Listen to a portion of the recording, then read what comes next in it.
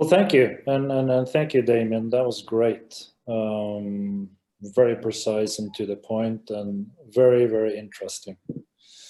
What I will then talk a little bit about is the application of horizontal loading to change of direction, which obviously then includes the deceleration phase that Damien was talking about, and then highlight how we've gone about developing tests, and then move on to some of the work that we are doing currently here at the Norwegian School of Sports Sciences. So as Damien highlighted very nicely, is that change of direction is fundamental to field and team sports performance. So this is no surprise after watching Damien's lecture. And then I think it's important that we differentiate then change of direction from agility.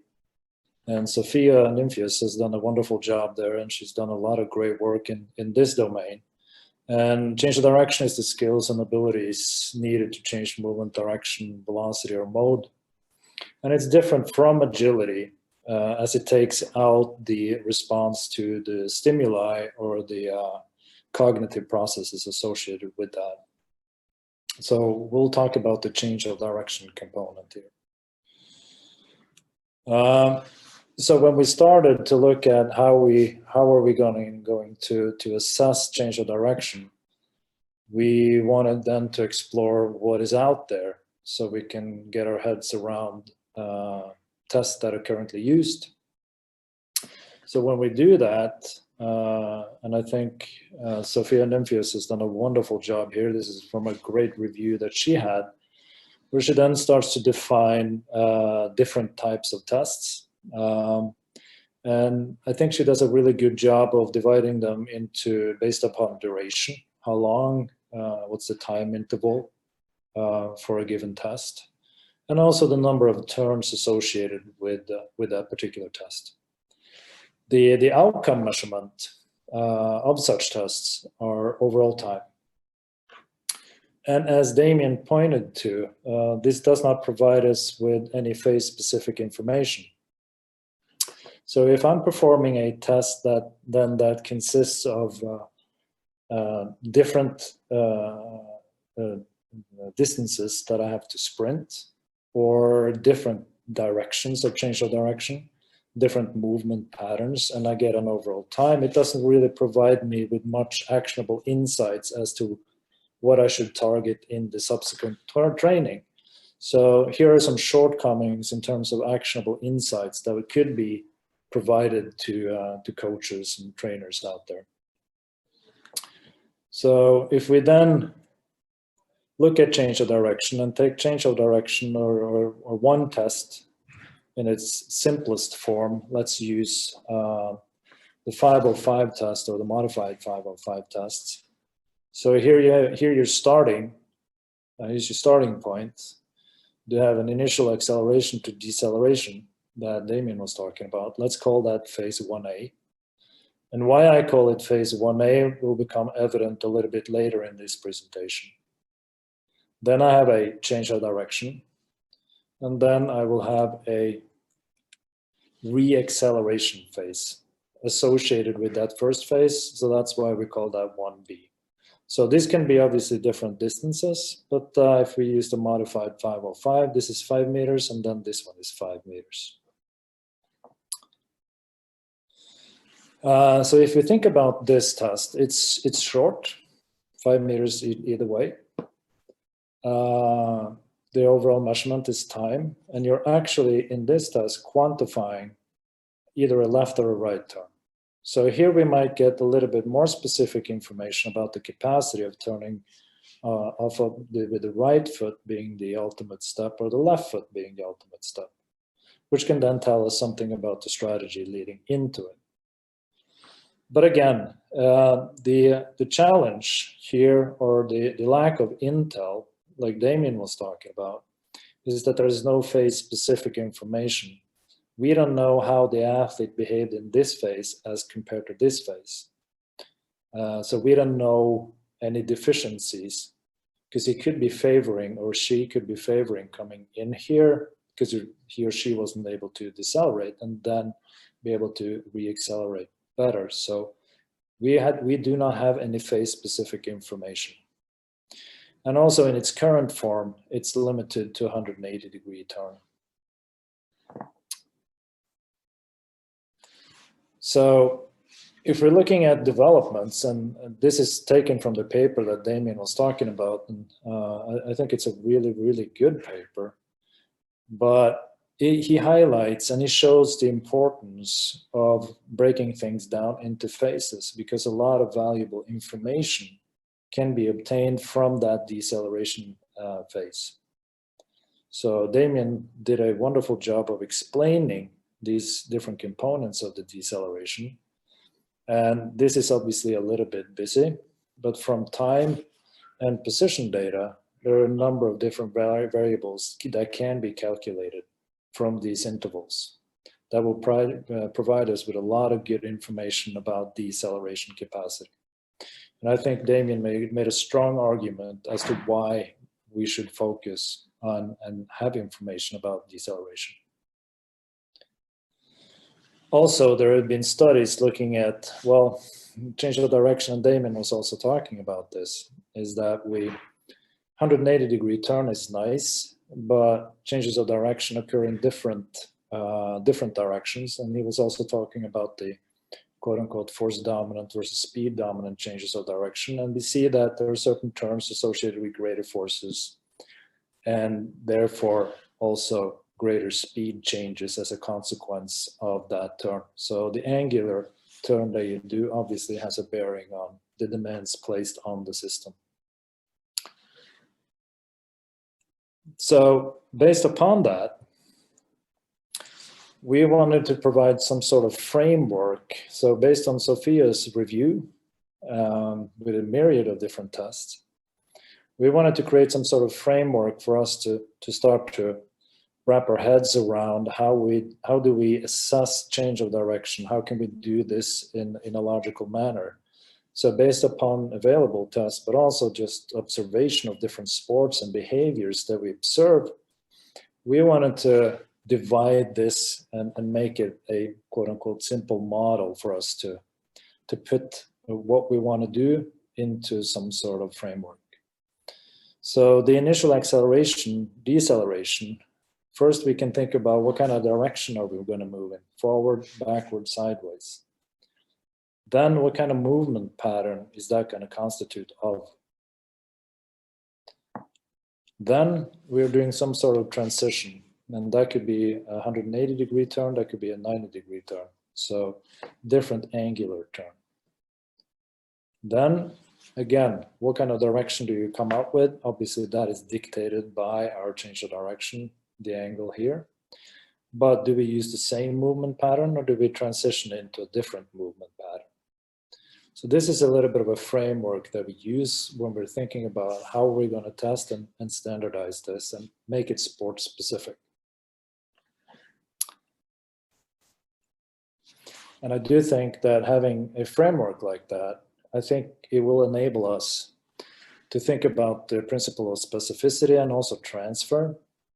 And I think that we can move that what we do from a strength and conditioning assessment testing perspective a little bit closer to the task or the sport that we're trying to observe and say something about. So hopefully this will allow us to quote unquote bridge the gap a little bit or close the gap. And as Damien was talking about, horizontal forces are required for horizontal accelerations and decelerations.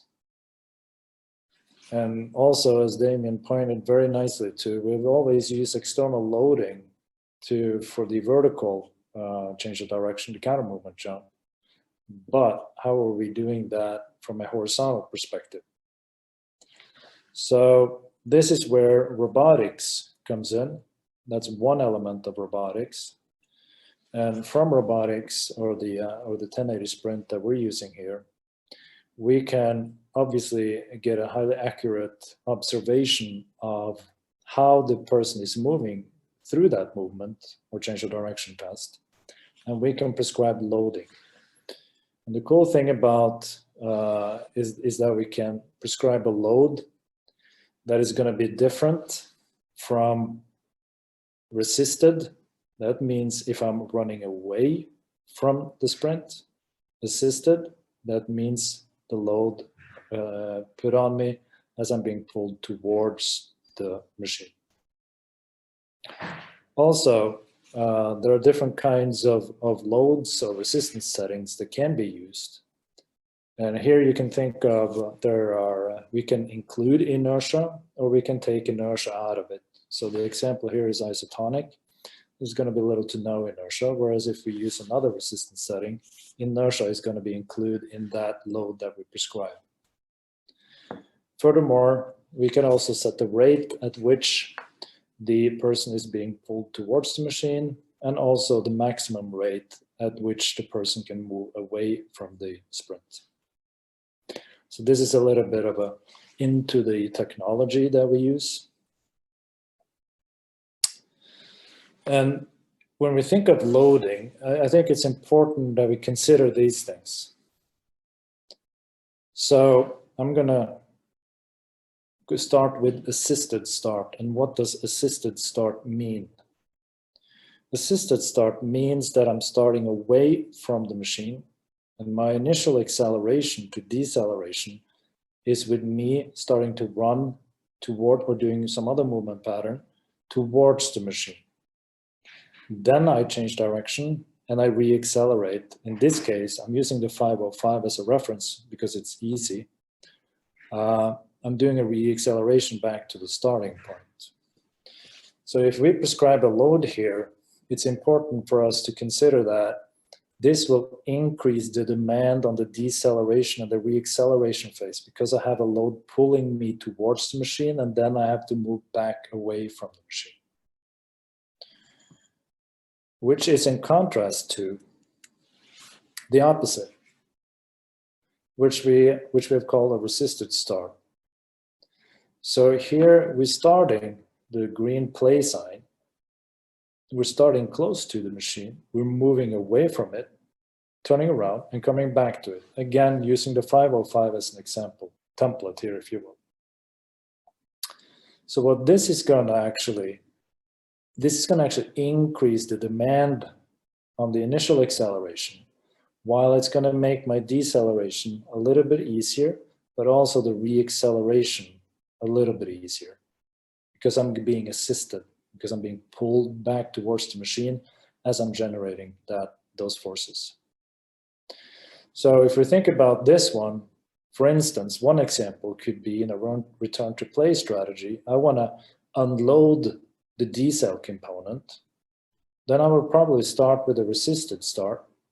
And if I want to then gradually increase the demand of the deceleration, I would progress to an assisted start.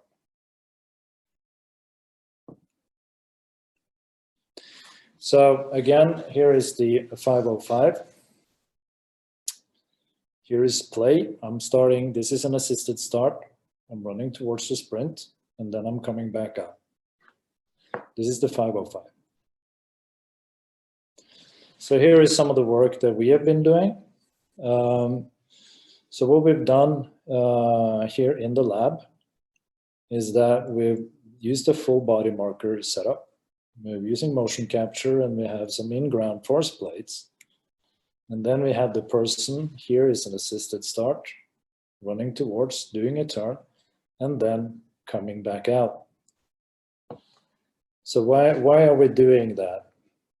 Well, one thing is that we can start to look at the strategies coming in. We can do kinematic analysis. With the force plates, we can do kinetic analysis. Based on Newton's law, we can look at the deceleration forces throughout the movement based upon kinematic data. But one thing that we initially are doing is that we can check out the video again. You see this little big ball right here. That's representative of the center of mass. We wanted to look at how well does the 1080 sprint, how well is that representative of the center of mass movement? And also we placed the carabiner on, we placed a marker on the carabiner attached to the athlete. And we wanted to look at how well can how well do these data match from a velocity perspective. So this is something that we're working on right now, and the manuscript is in preparation. So we're then just trying to validate the outcome measurements, or the measurements from the 1080 sprint to the gold standard. I would also like to add that we have an ongoing study where we're looking at reliability of this. We have subjects come in and we do it, we test them 4 times to get familiarization, but also look at learning effects in these tests, in addition to many other tests. And the 505 is one of them.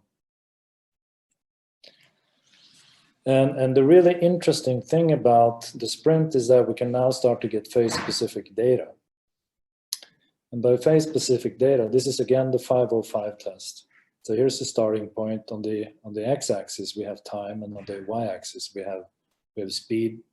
So then we're looking at the speed developments during that first phase, initial acceleration to deceleration, and here is where that 1A comes in. Then the reacceleration, that's 1B. Now, the way that the system is set up is that it's going to measure the same distance that you cover in that phase 1A to 1B. And then we can look at time, we can look at how speed develops over these different phases, as well as looking at forces and power and acceleration. So we are starting to explore these things a little bit more. And this is a rather busy slide, and I apologize, but I don't apologize, because there's some interesting things here. So here's a 505 where I turn off my left foot. Here's the total time of different athletes. These top ones here are international level handball players, and here we have some volleyball players.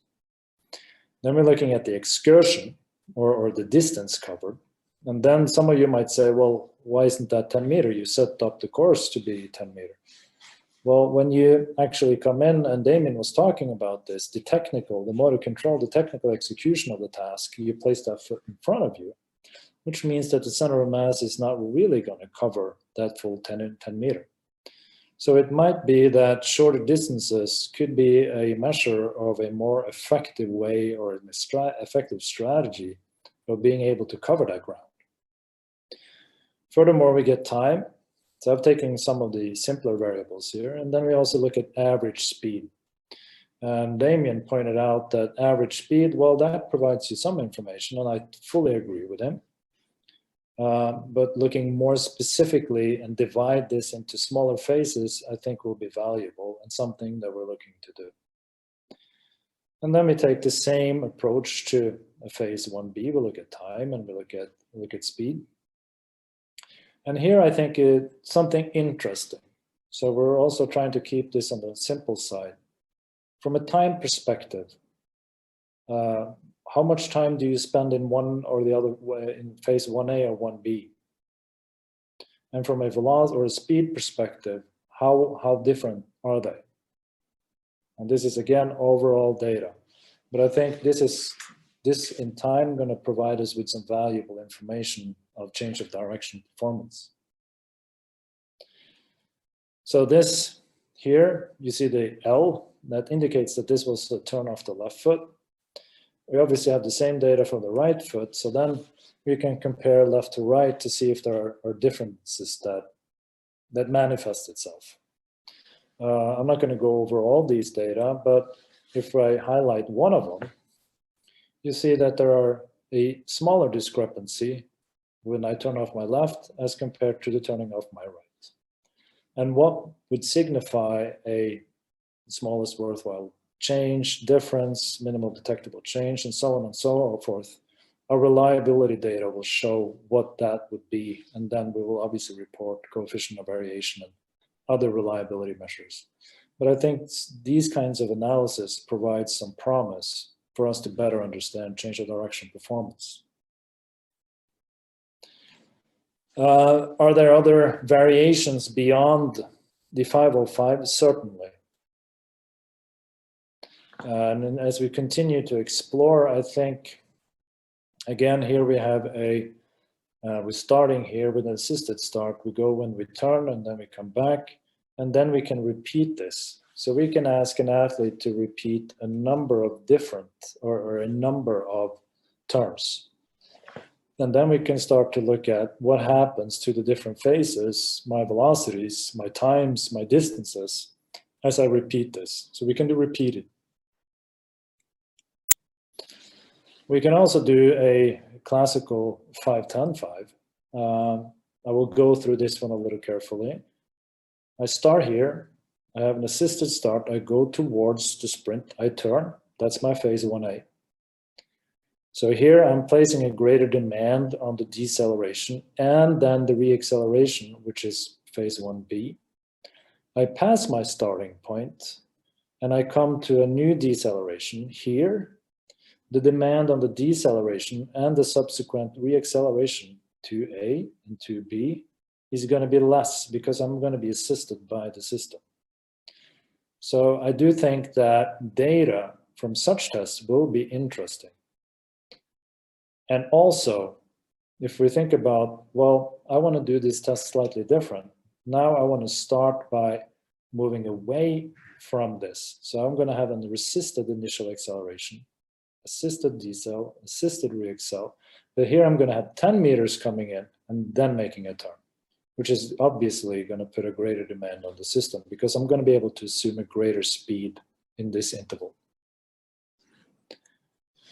Also, as we alluded to in this earlier model, is that I can combine different movement patterns. So for instance, in basketball, maybe I want to sprint forward to close out an offensive player, but he's making a move, so I have to quickly transition into side shuffle. This is certainly something that we can do and then quantify and actually then use this system to target not only technical execution, but the physical demands and qualities that are associated with those kind of movements. Here is more of a football specific, if you will. Here you have a back pedal to a acceleration coming forward. So different combinations can be used here. And also, as we talked about and earlier, and Damien also, is that you could obviously also do different angular turns, so we're not only restricted to a 180-degree turn.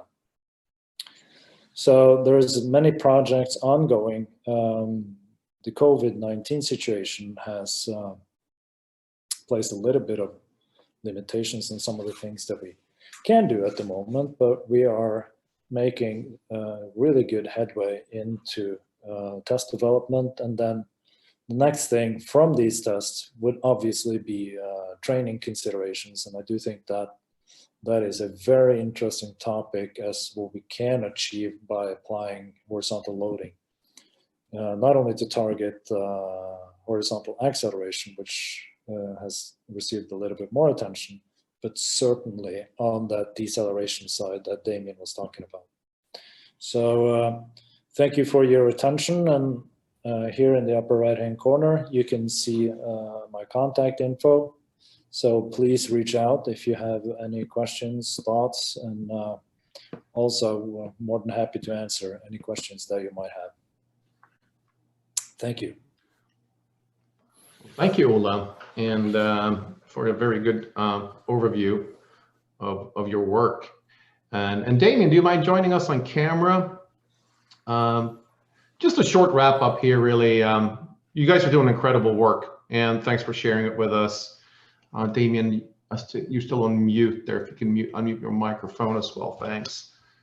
And just some closing questions here. What your thoughts are for our viewers here of this webinar, who may not be researchers, they may not have access to the equipment we're talking about here. What are your thoughts on things that they should emphasize or do more or less of here based on what we know so far through your research? Yeah, I'll just chuck out a few ideas here, but I think Ola's just finished with some really interesting points there at the end of his presentation, talking about horizontal loading, which I've done we've done really well with vertical, I think, in terms of, particularly from an eccentric perspective, we've got more ways now, more viable, safe ways to load eccentrically in the vertical component. And I think what we are now starting to see is possibilities to get some eccentric horizontal loading, which I think will be very, very powerful for athletes, particularly exposed to a lot of multi-directional movements in their sport. So I think there is a lot of avenues, as Ola said, which we can perhaps start to explore in terms of looking at the impact of horizontal eccentric loading, and understanding that area as well, which we haven't done very well, and we don't know much about at the minute in terms of how that affects lower limb strength capabilities or strength qualities, muscle, tendon, tissue structures, and how that then can ultimately influence not only the eccentric component, but also possibly transfer to acceleration and top speed components as well. Yeah, a couple of comments there, Peter. I think, and I hope, that these presentations make you really think about the phases of a change of direction and make you value that. So even if you don't have these tools, pay attention to what people are doing coming in and also going out. How are they technically? Obviously, it might be difficult to quantify, but being cognizant of the decelerations coming in, I think, are critical.